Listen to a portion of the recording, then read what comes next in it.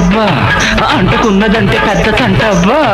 చెంగు పట్టిలాగా గాలి చీర కట్టు జారిపోయే ఉన్న గుట్టు ఊరు దాటేదా ఆ బుక్క మీద ఎర్ర మొగ్గలేదబ్బా